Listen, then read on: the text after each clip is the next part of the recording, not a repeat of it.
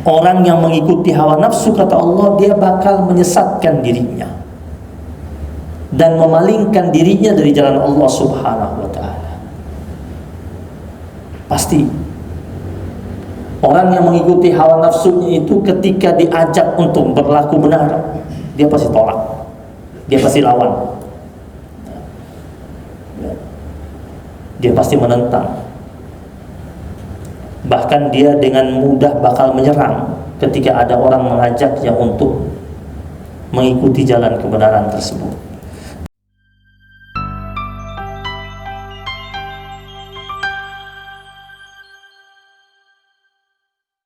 Ala sayyidina Muhammad al-Fatih lima ughliqa wal khatimi lima sabaq, nasiril haqqi bil haqq wal hadi ila siratikal mustaqim wa ala alihi haqqa qadrihi wa miqdarihi al-azim.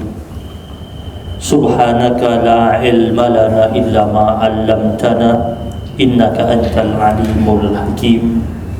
Subuhun kudusun Rabbuna wa Rabbul malaikati war ruh. Muslimin muslimat jamaah majlis kajian Ba'dal Maghrib Masjid Nurul Hidayah yang dirahmati Allah Subhanahu wa ta'ala, segenap pengurus yayasan dan DKM masjid yang dimuliakan Allah. Alhamdulillah, untayan kata pujian dan syukur terus menerus tanpa henti kita persembahkan kepada Allah atas rentetan nikmat dan rangkaian kemuliaan dan rahmat serta kasih sayang yang Allah berikan kepada kita, sehingga pada malam hari ini kita kembali dapat sama-sama bermuajah, bertatap muka di majlis ilmu, tentu dengan harapan agar Allah naungi kita dengan taufiknya, Allah bimbing kita dengan hidayahnya, dan Allah hantarkan kita kepada nilai-nilai kebaikan dalam kehidupan kita. Jamaah yang dirahmati Allah Subhanahu wa ta'ala, ada pesan Rasul tentang 3 yang menyelamatkan dan 3 yang merusak. Salasun munajjiyat wa salasun muhlikat. 3 hal yang menyelamatkan manusia dan 3 hal yang bisa merusak manusia. Yang menyelamatkan itu 3 yang disebut sama Nabi. Yang pertama, taqwallah fis sirri wal alaniyah, takwa kepada Allah dalam keadaan ramai ataupun sepi. Karena ada orang ketika ramai dia takwa, tapi ketika sepi hilang takwanya. Kalau ingin selamat dalam kondisi apapun, tetap dia berada pada dimensi takwa yang baik di hadapan Allah Subhanahu wa ta'ala. Yang kedua, wal qawlu bil haqq fir ridha was sakht. Orangnya tetap mengucapkan kalimat kebenaran dalam keadaan cinta ataupun benci. Terkadang orang begitu lantang mengucapkan kalimat kebenaran di hadapan orang yang dia benci, tetapi ketika di hadapan orang yang dia cintai, senyap suara kebenaran tersebut. Nabi berpesan kalimat kebenaran itu diucapkan di tengah-tengah cinta ataupun benci. Dan yang ketiga, wal qasdu fil ghina wal faqr. Tetap hidup sederhana dalam keadaan kaya ataupun miskin. Adapun 3 hal yang merusak itu, kata Nabi, yang pertama syahun muta', pelit atau kikir yang kebangetan. Yang kedua, wahawan muttaba', hawa nafsu yang dituruti atau diikuti. Dan yang ketiga, i'jabul mar'i li nafsih, manusia yang ujub terhadap dirinya sendiri. Artinya manusia yang dalam hatinya dan dalam dirinya bersemayam sifat kesombongan yang terselubung dan tersembunyi. Ada takabur, ada ujub. Takabur itu kesombongan yang ekspresif, yang nampak. Adapun ujub itu adalah kesombongan yang tersembunyi dan terselubung, yang biasanya lewat bisikan halus lewat pinggir-pinggir hati kita, yang merasa kita paling benar, paling betul, paling sahih, paling rajih, paling sempurna ketimbang orang-orang yang lain. Jamaah yang dirahmati Allah Subhanahu wa ta'ala, kita akan coba kupas 3 hal yang merusak. Kita ambil yang kedua, yaitu hawan muttaba, hawa nafsu yang dituruti. Akan terasa sekali dalam kehidupan manusia itu ada dua kutub yang saling tarik menarik dalam setiap jiwa manusia. Ada nafsu, ada iman. Semua kita itu pasti miliki itu. Ada nilai nafsu, ada nilai iman. Nafsu dia menuntut kita untuk dipenuhi. Adapun nilai keimanan itu menuntut kita agar senantiasa dipelihara. Kita sering mendengar kata hawa nafsu. Ada kata hawa, ada kata nafsu. Apa itu hawa? Hawa itu artinya cinta. Hawa itu artinya keinginan. Hawa itu artinya kecenderungan. Hawa itu artinya kesukaan atau kesenangan. Itu maknanya hawa. Adapun nafas artinya jiwa. Maka ketika disatukan dua kata tersebut, ada kata hawa dan ada kata nafas, sehingga terbentuklah kalimat hawa nafsu, maka artinya adalah keinginan atau dorongan jiwa yang begitu kuat pada setiap insan untuk melakukan hal-hal yang biasanya tidak baik. Hawa nafsu itu, maka dikatakan innan nafsa la'amaratum bisu. Itu hawa nafsu itu dia punya kecenderungan menghantarkan manusia dan menggiring manusia untuk melakukan tindakan-tindakan yang buruk, biasanya yang bernuansa syahwat. Ada juga yang mengartikan hawa nafsu itu adalah kecenderungan hati kepada dorongan syahwat tanpa ada kendali akal. Maka ketika ada orang dia melakukan hal-hal yang bernuansa syahwat itu, terus kita bilang kok bisa dia lakukan itu? Memang bisa saja, karena pada waktu itu dia sedang mengenyampingkan akalnya. Maka jamaah yang dirahmati Allah Subhanahu wa ta'ala, hawa nafsu ini konotasinya cenderung negatif. Al-Imam Ibn Qayyim rahimahullah, beliau menjelaskan bahwasanya hawa nafsu ini merupakan salah satu sumber utama penyakit hati pada diri manusia. Dan beliau mengangkat firman Allah Subhanahu wa ta'ala surat An-Nazi'at ayat 37 sampai 41, di mana di situ Allah Subhanahu wa ta'ala berfirman, fa amma man tagha, adapun orang-orang yang melampaui batas.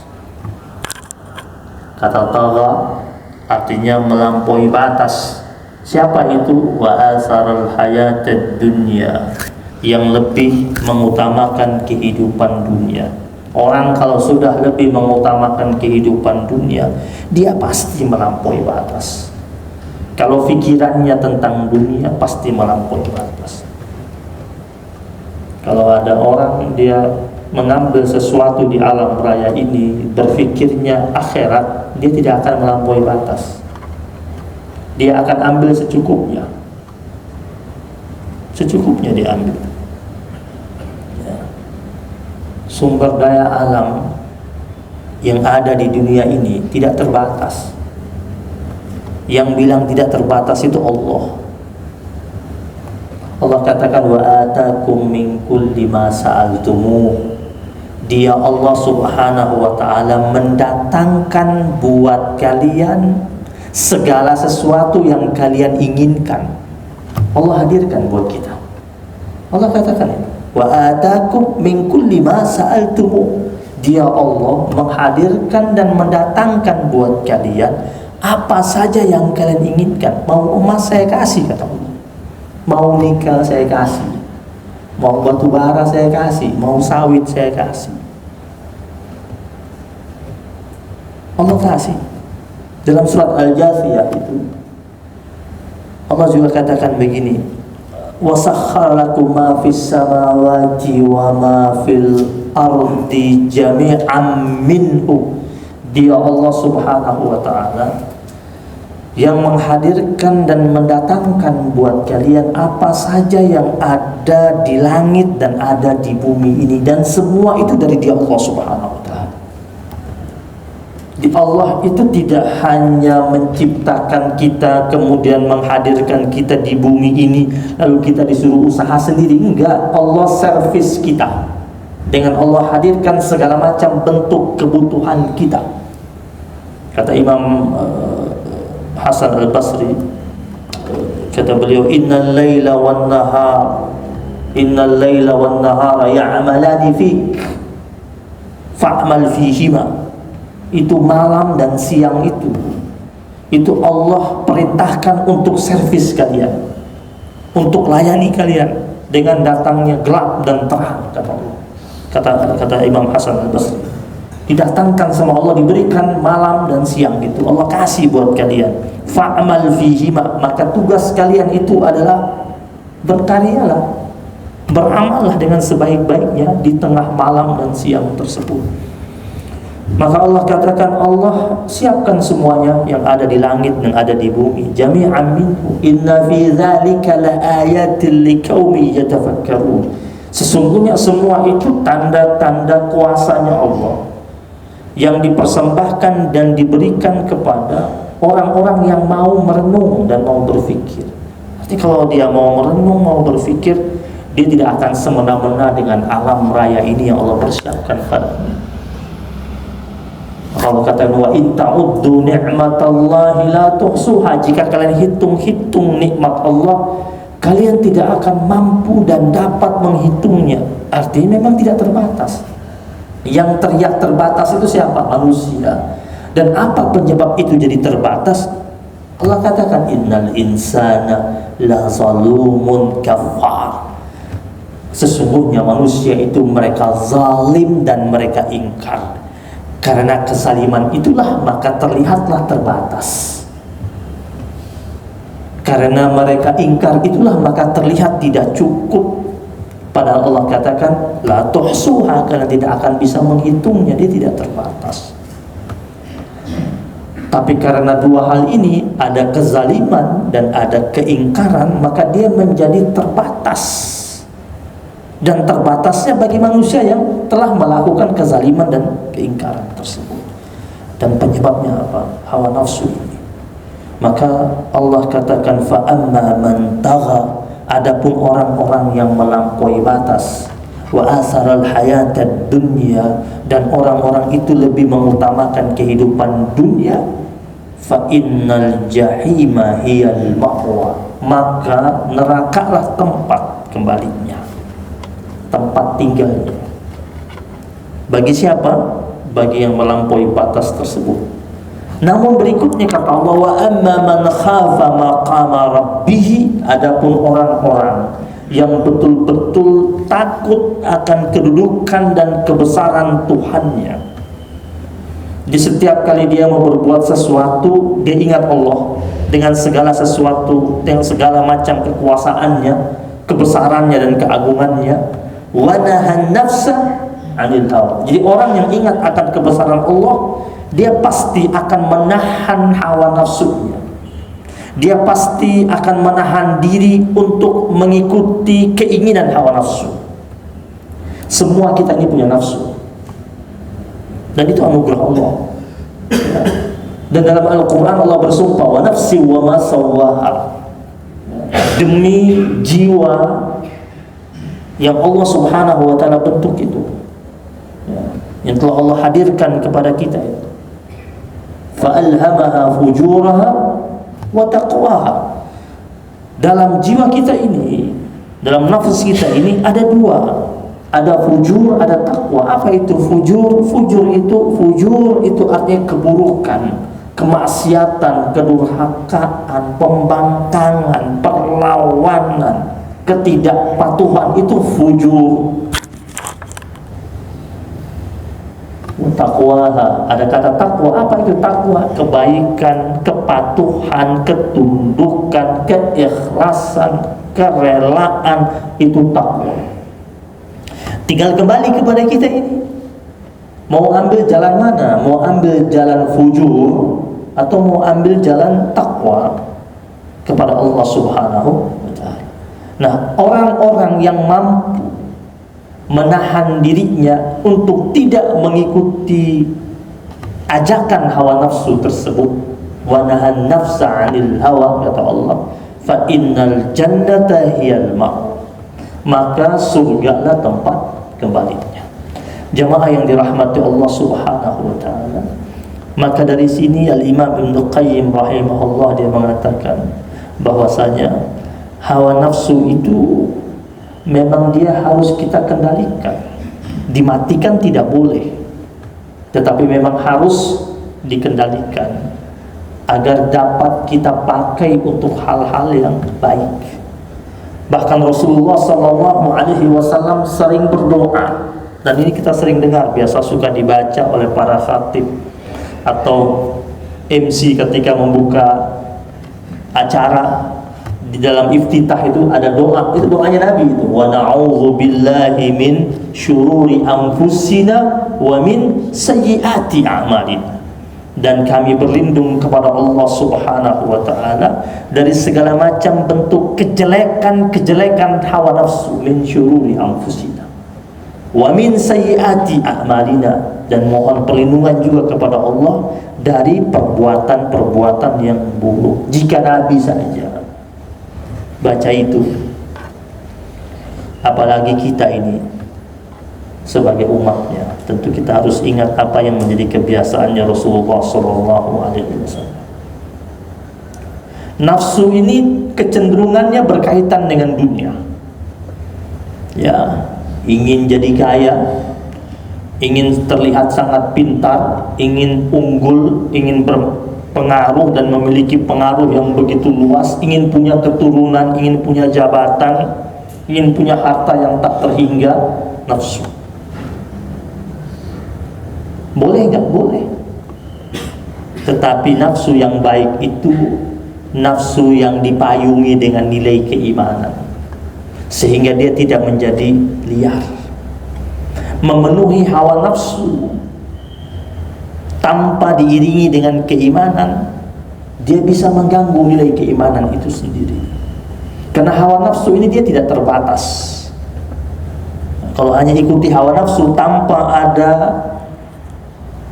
nilai iman yang kita ikutkan bersamanya, dia tidak akan terbatas. Orang yang mengumpulkan harta dengan hawa nafsunya, dia tidak akan pernah berhenti. Dia akan terus mencari dan mencari. Orang yang mengejar jabatan dengan hawa nafsunya, dia tidak akan pernah purna jabatannya. Masih pingin lagi, lagi dan lagi. Tidak pernah akan puas. Pernah dengar ada orang beberapa tahun yang lalu pernah bilang begini, saya sudah cukup, saya sudah lewati semua posisi dalam hidup saya akan kumpul bersama keluarga saya, menikmati hari tua saya.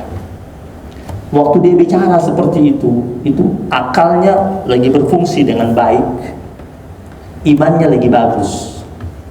Tapi kemudian beberapa tahun kemudian ditawarkan posisi, dia masih terima lagi. Nafsu. Tidak mau. Nafsu itu tidak pernah mau berhenti untuk mengejar dunia. Dia tidak akan, nafsu itu tidak akan pernah berhenti mencari dan memenuhi hasratnya, nafsu. Tetapi tanpa hawa nafsu, jamaah sekalian, tidak akan ada dinamikanya. Antum bayangkan kalau tidak ada hawa nafsu, Tidak ada orang punya nafsu jadi pemimpin. Nggak ada pemilu, nggak ada nafsu jadi pemimpin. Tidak ada orang punya nafsu untuk jadi anggota dewan, nggak ada pileg. Nafsu tetap butuh. Kalau dengan nafsu itu ada dinamika. Dengan nafsu itu orang akhirnya dia mengajukan keinginan-keinginannya dan mengejar keinginannya tersebut. Nabi Daud alaihissalam, dulunya dia bukan seorang raja, tapi dia bernafsu jadi raja. Dan Allah kasih kedudukan dia sebagai raja, Daud alaihissalam. Dan setelah dia menjadi raja, apa yang Allah katakan kepada Daud alaihissalam dalam Al-Quran? Allah subhanahu wa ta'ala pertegas itu. Surat Sad ayat 26. Ya Daud, kata Allah kepada Nabi Daud, inna ja'alnaka khalifatan fil ard. Sesungguhnya kami telah menjadikan engkau sebagai pemimpin di muka bumi. Ya, dia punya hasrat jadi raja. Allah sampaikan hasratnya itu, keinginannya itu. Allah katakan inna ja'alnaka khalifatan fil ard. Sesungguhnya kami telah menjadikan engkau sebagai pemimpin di muka bumi ini. Fahkum bainan nasi bil haq. Maka tegakkanlah hukum di tengah-tengah manusia yang kau pimpin saat ini bil haq, dengan nilai kebenaran. Apa lagi berikutnya Allah katakan kepada Daud? Wala tattabi'il hawa. Dan janganlah engkau mengikuti hawa nafsumu. Jadi Allah pesan sama Daud alaihissalam, sudah jadi raja nih. Setelah jadi raja, tugasmu adalah menegakkan hukum dengan cara yang benar, lurus. Kemudian jangan ikuti hawa nafsu.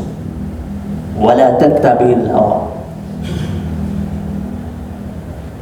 Kalau sudah ikuti hawa nafsu, hukummu bakal rusak, kata Allah kepada Daud. Kalau engkau ikuti hawa nafsu, maka akan menyesatkan engkau an sabilillah, dari jalan Allah subhanahu wa ta'ala. Dan mereka yang sudah disesatkan dari jalan Allah subhanahu wa ta'ala, kata Allah kepada Daud, lahum azabun syadid. Mereka akan mendapatkan azab yang amat sangat berat. Bima nasu yawmal hisab. Karena mereka lupa terhadap hari hisab. Jadi orang yang melenceng daripada nilai kebenaran saat menegakkan hukum, itu hukumannya bakal berat dari Allah. Dan dianggap sama Allah, orang-orang ini lupa terhadap yaumul hisab. Ada hari perhitungan di mana Allah subhanahu wa ta'ala akan menunjukkan kepada mereka di mana titik-titik kesalahan mereka dan pembangkangan mereka saat mereka lakukan di dunia, di buminya Allah subhanahu wa ta'ala. Dalam surat Sad ayat 26 ini jelaslah bagi kita bahwasanya Allah memerintahkan kepada Daud alaihissalam dan juga memerintahkan kepada kita sebagai hamba-hamba Allah yang beriman. Orang yang mengikuti hawa nafsu, kata Allah, dia bakal menyesatkan dirinya dan memalingkan dirinya dari jalan Allah subhanahu wa ta'ala. Pasti orang yang mengikuti hawa nafsunya itu ketika diajak untuk berlaku benar, dia pasti tolak, dia pasti lawan, dia pasti menentang. Bahkan dia dengan mudah bakal menyerang ketika ada orang mengajaknya untuk mengikuti jalan kebenaran tersebut. Jemaah yang dirahmati Allah subhanahu wa ta'ala, orang yang mengikuti hawa nafsu akan melakukan hal-hal yang tidak terpuji, bahkan dengan rela dapat merusak nilai keimanannya yang sudah berada dalam dirinya, bahkan bisa hilang ketika dia mengikuti hawa nafsu. Maka Rasulullah SAW ingatkan kita untuk berpegang teguh terhadap dua pedoman penting, yaitu Al-Quran dan Sunnah Rasulullah SAW. Sekarang kita masuk tentang tiga hal yang akhirnya menyebabkan pemilik hawa nafsu ini hancur. Jadi orang yang mengikuti hawa nafsu, dia bakal hancur disebabkan tiga ini. Yang pertama, Mengikuti hawa nafsu akan menghalangi seseorang tersebut dari memenuhi panggilan Allah dan panggilan Rasulullah Sallallahu Alaihi Wasallam. Ya. Susah itu kalau ngajak orang untuk mengikuti apa yang menjadi panggilan Allah, apa yang menjadi panggilannya Rasul, kalau dalam dirinya, dalam dadanya masih ada hawa nafsu. Ini Allah kabarkan kepada Rasulullah Sallallahu Alaihi Wasallam dalam surat Al-Qasas ayat yang ke-50. Saat Nabi berdakwah di kota Mekah, itu kan Nabi berhadapan dengan pemuka-pemuka kafir Quraisy yang menampik dan menolak dakwah Rasul. Mereka itu bukan tidak tahu yang Nabi sampaikan itu kebenaran, mereka tahu kok. Mereka kenal banget tentang Rasul. Mereka tidak lihat ada celahnya, ada cacatnya dalam diri Nabi. Tapi kenapa mereka tolak? Allah bilang sama Nabi, fa illam yastajibu lak, jika mereka tidak memenuhi panggilan engkau wahai Rasul, fa'lam annama yattabi'una ahwa'ahum, maka ketahuilah bahwasanya sesungguhnya mereka itu sedang mengikuti hawa nafsu mereka. Jadi Allah bilang sama Rasulullah, itu pemuka-pemuka kafir Quraisy, Abu Jahal CS itu, Abu Lahab CS, itu mereka tidak mau mengimani risalahnya Rasulullah Sallallahu Alaihi Wasallam. Itu bukan karena mereka tidak paham bahwasanya Nabi bawa itu kebenaran. Mereka tahu persis. Mereka tidak mau beriman karena mereka mengikuti hawa nafsu mereka ketimbang mengikuti bisikan kebaikan yang ada di hati mereka itu. Dalam riwayat itu Abu Jahal CS, Abu Lahab CS, itu kalau mereka sedang duduk sesama mereka, sama teman-temannya, lagi kumpul rombongan-rombongan pemuka kafir Quraisy, terus mereka lagi duduk-duduk di ruangan mereka, mereka bahas tentang Muhammad Sallallahu Alaihi Wasallam. Itu diantara mereka berbicara apa? Sebenarnya yang dia sampaikan benar sih, iya sih, nggak ada yang salah, itu semua betul. Tapi kalau kita jadi beriman, kita ngikuti risalahnya dia, apa kata dunia? Bilangnya begitu. Mereka bilang, iya, kalau kita jadi ikut dia, nanti pengikut kita, orang-orang dari kabilah-kabilah kita ikut beriman juga. Akhirnya jadi bawahannya dia, kita jadi bawahannya dia. Nggak enak dong kalau begitu. Mendingan kita lawan aja. Jadi sebenarnya mereka tidak mau mengimani risalah Nabi Muhammad SAW, semata-mata mereka ikuti hawa nafsu mereka. Mereka paham betul tentang kebenaran yang Nabi bawa. Orang mereka percaya banget sama Nabi kok. Buktinya apa? Kalau mereka berangkat keluar kota, pergi niaga, pergi bisnis, barang-barang berharga mereka titipnya sama siapa? Titipnya sama Muhammad SAW. Yang kasih sang Rasul dengan julukan Al-Amin, orang yang dapat dipercaya siapa? Orang-orang kafir Quraisy. Bahkan ketika Nabi akhirnya hijrah ke Madinah, itu diantara mereka merasa kehilangan. Merasa kehilangannya itu bukan rindu dakwahnya Nabi. Mereka merasa kehilangan, ini orangnya sudah pindah ke Yathrib, pindah ke Madinah. Ini kalau kita berangkat keluar kota, kita titip barang berharga kita sama siapa? Karena tempat mereka titip sudah nggak ada. Bingung mereka. Walaupun nanti akhirnya mereka titip kepada Al-Abbas bin Abdul Muttalib, pamannya sang Rasul. Dan itu pun mereka titip sama Al-Abbas bin Abdul Muttalib yang masih tinggal di Mekah pada waktu itu. Dikarenakan mereka lihat Al-Abbas ini pamannya Nabi. Maka ketika Al-Abbas tanya, kenapa titip sama saya? Al-Abbas, kan saya bukan Muhammad SAW. Kata mereka apa? Iya, kami titip sama kau karena kau pamannya. Akhirnya Al-Abbas mau tidak mau dia jaga itu amanah, karena ponakannya Muhammad SAW tidak pernah cacat namanya selama dititip barang-barang berharga ini. Jadi mereka tidak mau beriman disebabkan apa? Gengsi, ikut hawa nafsu. Makanya kalau lihat ada orang, kalau kita dakwahin dia, sudah sampaikan nilai kebenaran, dia tetap menolak, tetap menepis, dia ikut hawa nafsunya. Dia ikut hawa nafsunya. Kalau dia mau terima dakwah itu dengan nilai keimanan, dia melihat atau menggunakan akal baiknya, dia akan terima itu dakwah tersebut.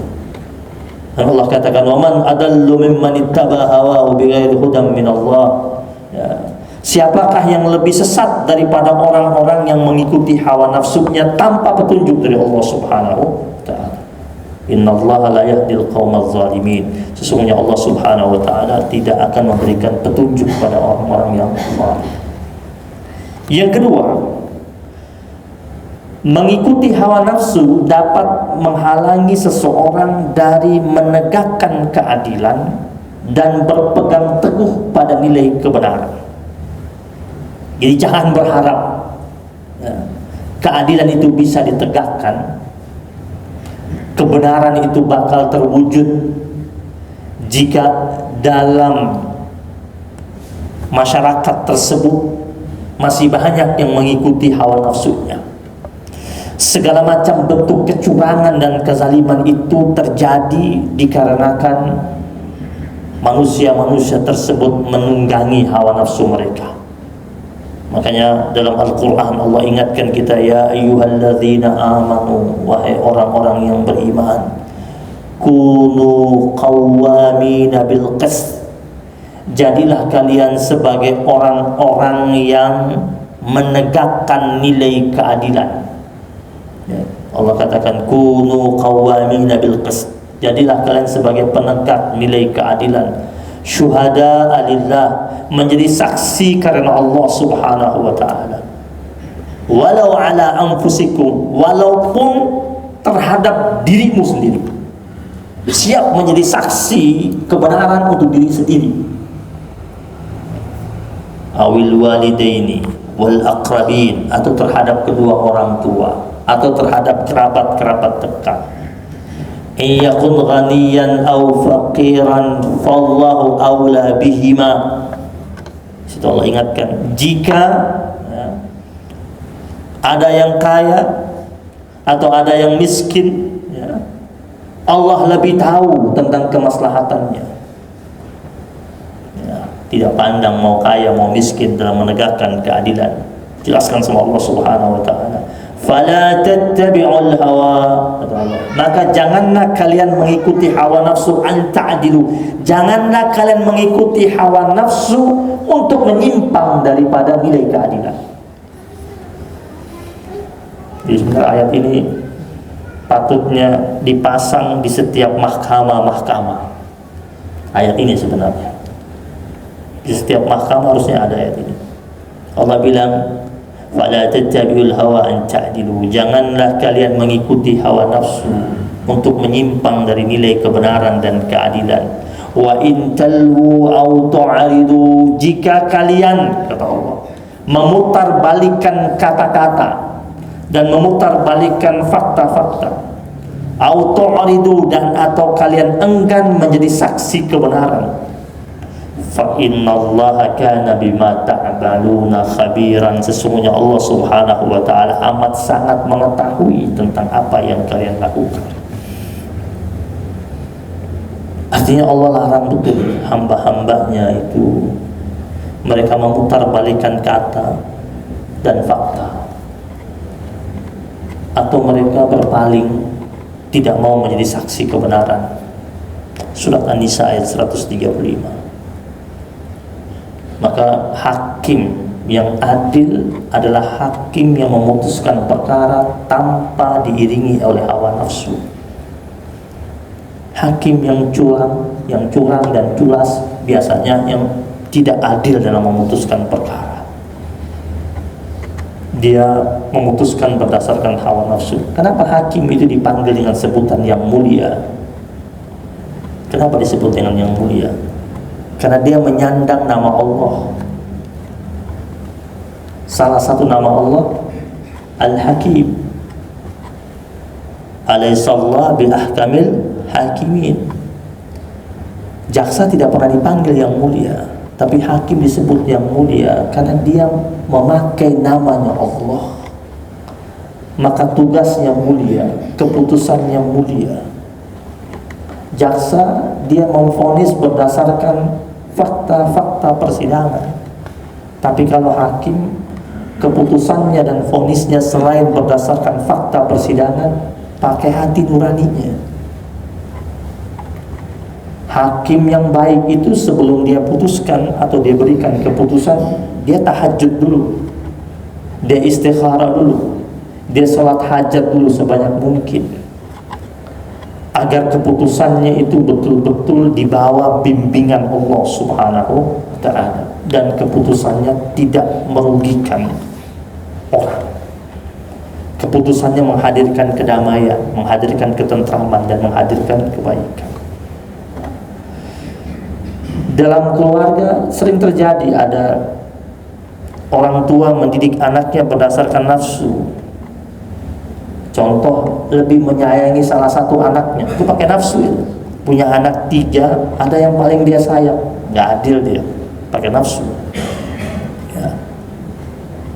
Tidak boleh, dia harus sayangnya rata, biar tidak pakai nafsu, biar tidak menimbulkan kecemburuan di tengah anak-anaknya.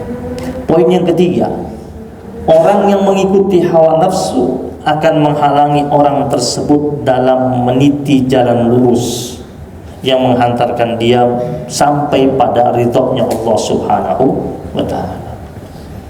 Maka dalam Al-Quran itu Allah ingatkan dalam surat Al-Jathiyah ayat yang ke-18, summa ja'alnaka ala syari'atim minal amr, lalu kami jadikan engkau Rasul Muhammad sallallahu alaihi wasallam berada pada suatu syariat, berada pada suatu aturan dalam urusan itu. Jadi Allah bilang sama Nabi, jadi Nabi itu pergerakannya itu semua ada aturannya. Maka Allah bilang sama Nabi, tsumma ja'alnaka ala syari'atin minal amr, kami jadikan engkau wahai Muhammad sallallahu alaihi wasallam berada pada suatu syariat, pada suatu aturan dalam urusan itu. Berikutnya apa kata Allah? Fattabi'ha, maka ikutilah syariat tersebut. Nabi itu wajib ikuti syariat. Kalau Nabi selain Allah katakan wajib ikuti syariat tersebut, apalagi kita. Wala tattabi' ahwa'al ladzina la ya'lamun, dan janganlah engkau mengikuti hawa nafsu orang-orang yang tidak memiliki pengetahuan. Jadi Allah bilang sama Nabi Muhammad, ini syariat sudah saya turunkan kepada engkau ikuti. Kemudian engkau bilang sama umatmu, jalankan syariat tersebut. Jangan ikuti hawa nafsu orang-orang yang tidak memiliki pengetahuan. Karena ada pelajaran sebelumnya, nabi-nabi sebelumnya itu cenderung kadang-kadang umatnya suka ngatur nabinya. Ingat Nabi Musa dia datang dengan syariatnya. Tetapi Nabi Musa ketika syariat yang dia bawa oleh Nabi Musa yang datang dari Allah Subhanahu wa ta'ala, itu umatnya suka banyak penawaran. Suruh potong sapi, nanyanya panjang. Ya. Kemudian disuruh liburnya hari Jumat. Itu Bani Israel itu awalnya liburnya hari Jumat. Suruh liburnya hari Jumat, datanglah mereka ke Nabi Musa. Coba bilang sama Allah dong, lebih lagi deh liburnya hari Sabtu. Maka Allah bilang sama Nabi Muhammad, fattabi'ha, ikuti, dan jangan engkau mengikuti hawa nafsu orang-orang yang tidak memiliki pengetahuan. Coba kita lihat sahabat-sahabat Nabi, semuanya sahabat-sahabat Nabi, ketika Nabi bilang A, semua bilang apa? Sami'na wa ata'na. Nabi katakan B, mereka bilang sami'na wa ata'na. Tidak ada sahabat-sahabat Nabi yang masih banyak bertanya kepada Rasulullah sallallahu alaihi wasallam. Karena firman Allah ini, wala tattabi' ahwa'al ladzina la ya'lamun. Bisa ikuti jalan lurusnya, bisa dapat ridhonya Allah Subhanahu wa ta'ala. Kenapa para sahabat-sahabat Nabi dikatakan radhiyallahu anhum wa radu an? Allah ridho sama mereka dan mereka ridho sama Allah Subhanahu wa ta'ala. Kenapa? Karena mereka seluruh syariat yang turun kepada mereka ikuti. Itu larangan khamar, Pak. Minuman khamar itu larangan. Itu kan tahapannya kan 4-3 tahapan larangan khamar itu. Pertama dikasih tahu tentang dari jenis buah tersebut bisa diperas. Kemudian yang kedua Allah katakan kul fihi ma ismun kabir wa manafi'u linnas. Kemudian turun lagi ayat yang ketiga, ya ayyuhalladzina amanu la taqrabus salata wa antum sukara. Hai orang-orang yang beriman, janganlah kalian dekati salat sedangkan kalian dalam keadaan mabuk. Berarti masih bisa minum enggak? Masih bisa minum itu. Masih bisa minum, hanya kalau lagi sholat nggak boleh dalam keadaan mabuk. Lain kalau sekarang kita tidak dalam keadaan mabuk, tapi sholat suka nggak ingat Allah. Lebih parah nggak dari orang mabuk? Orang mabuk nggak boleh sholat. Kenapa? Karena dia nggak ingat Allah. Nah ini kita sadar habis minum es teh kan nggak mabuk, masuk sholat maghrib, sholat nggak ingat Allah, ingatnya macam-macam, tagihan lah, inilah, itulah. Situ Allah mengatakan la taqrabus sholata wa antum sukar. Itu masih ada minum mereka. Di luar sholat mereka masih minum. Turun yang berikutnya, innamal khamru wal maisir wal ansab wal azlam rijsun min amali syaitan fajtanibu, terus sampai terakhir. Itu Allah mengatakan sudah haram mutlak. Itu ketika Allah katakan haram mutlak, itu sahabat-sahabat Nabi gak ada lagi bilang sama Nabi, ya Rasul tanggung nih, ya, ada nggak jeda waktunya? Itu kan masyarakat Arab waktu itu kan hobinya memang minum semuanya. Itu ketika ayat itu turun, sahabat yang mendengar memberitahukan kepada sahabat Nabi yang tidak dengar. Dicari itu yang belum dengar, dicari, disampaikan hari itu juga. Sampai ada salah seorang sahabat Nabi cari sampai ke rumahnya Abu Talha. Abu Talha sama teman-temannya lagi minum. Datang tuh yang sudah dengar itu ayat, datang ketok pintu. Ketika ketok pintu, kata Abu Talha, itu siapa tuh di luar? Mungkin mau ikut gabung katanya. Dikira mau ikut gabung. Padahal ini bawa ayat nih. Dibukain pintu masuk. Ayo gabung yuk. Enggak, saya nggak mau minum. Tumben nggak mau minum. Baru turun ayat katanya. Baru turun ayat larangan Muhammad. Dibacain ayatnya. Apa kata Abu Talha? Nanti dulu. Benar ente dengar? Benar. Kalau begitu kita kirim satu orang dari kita. Pergi cek. Cross check. Ikut. Kata yang datang kasih tahu ayat yang baru turun, bilang apa? Boleh asal yang ikut sama saya yang dalam masih keadaan sadar, belum mabuk. Cari yang masih belum mabuk, ajak pergi. Ketemu sahabat-sahabat yang lain, dikasih tahu benar ayat ini turun. Balik lagi ke rumahnya Abu Talha, betul ayat ini turun. Langsung apa kata mereka? Kita stop.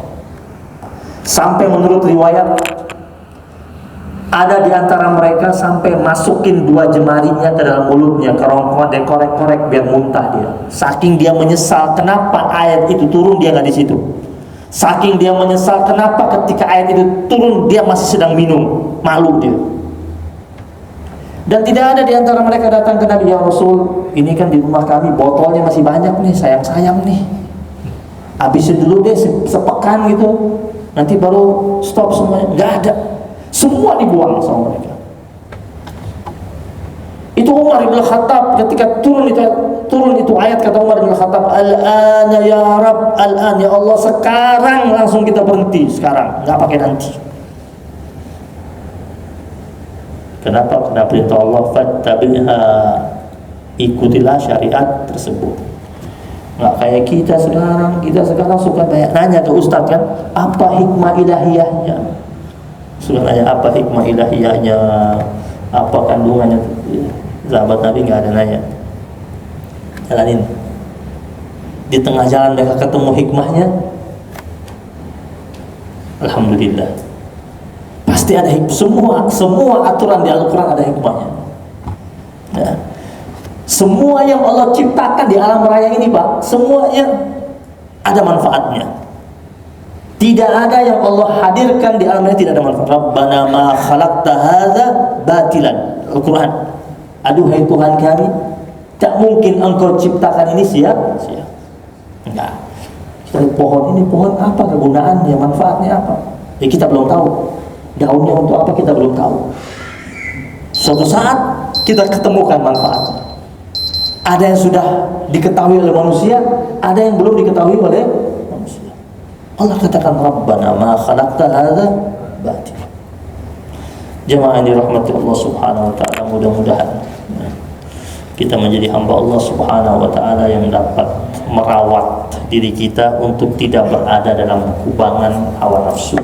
Dan mudah-mudahan Allah hadirkan kebaikan buat kita, rahmat Allah turunkan buat kita, Allah sehatkan kita, dan kita bahkan saudara-saudara kita yang timpa musibah, bencana banjir, dikuatkan oleh Allah Subhanahu wa taala, dihadirkan ketabahan. Satu pesan Allah, kata Allah, zaharal fasadu fil barri wal bahr bima kasabat aydin nas. Lihat redaksi Al-Quran ya Pak, cek nanti di Al-Quran. Allah bilang apa? Telah terjadi. Allah tidak bilang bakal terjadi. Allah tidak bilang sedang terjadi. Itu ayat Allah sudah katakan telah terjadi. Ya, itu past tense, bukan present tense. Allah katakan zahara, telah terjadi, berarti apa? Ini sudah akumulasi lama, kata Allah. Fil barri wal bahar, di daratan dan di lautan. Bima kasabat aydin nas, gara-gara tangan-tangan manusia. Allah sudah tata alam raya ini yang sebaik-baiknya. Tugas kita jaga dan merawatnya, bukan merusak. Dan mudah-mudahan itu menjadi kesadaran buat kita semuanya. Rabbana taqabbal minna innaka antas samiul alim wa tub alaina ya maulana innaka antat tawwabur rahim.